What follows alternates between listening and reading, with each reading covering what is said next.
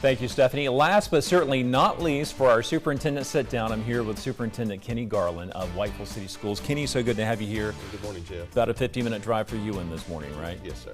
Let's start off talking about school consolidation. Now, for decades, there have been two public school districts, Whiteville City Schools and Columbus County Schools. And on Friday, we had the chance to hear from the superintendent of Columbus County Schools talking about why he felt that it could be a good thing as far as providing more resources for all students of Columbus County.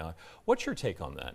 Well, there's been a lot of discussion, Jeff, across our community about the merging of the two systems, and there's a lot of opinions both ways, pro and anti-merger. I am of the opinion that merger will create a significant loss of state and federal funding for the Columbus County schools if we were to merge into one system.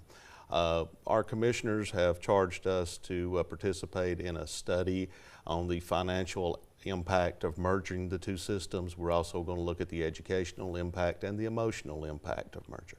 Now, we were talking a little bit before the segment.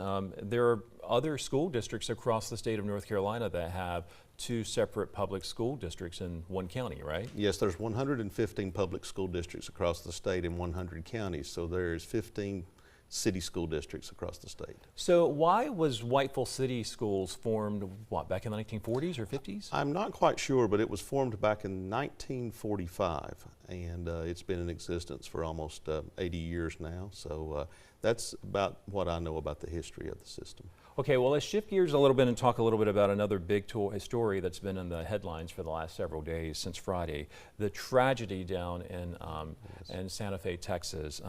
What goes through your mind as a superintendent when you see news reports of students coming out of a school with their hands on top of their head and law enforcement swarming in to secure a scene like that? Well, I was traveling back to Whiteville on Friday when I got the news that another school shooting had occurred in Texas, and certainly a tragedy here in our great nation. One of the things that I think of each time is, if that was our campus, what could we do, and what can we do to prevent such acts of violence?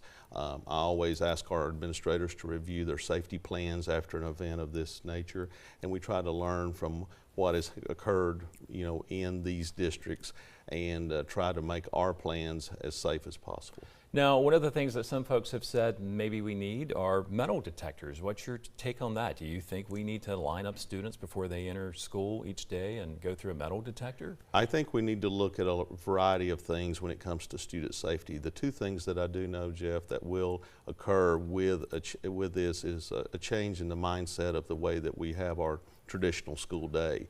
Our pick up and release times, the protocols that we establish for visitors in the school, all those things are going to have to change with these events that have occurred recently across our nation. And now a lot of people say that we need to have more school counselors, more school social workers, school psychologists to address the mental health aspect of this. What's your opinion on that? I strongly agree with that opinion. I do believe we need additional resources, and I do believe the General Assembly is looking into this matter and will provide us some resources for the next school year in terms of student safety with additional counseling positions and school psychologists. All right, we got about 30 seconds to go. Real quickly, what do you see as the biggest challenge facing Whiteville City Schools today?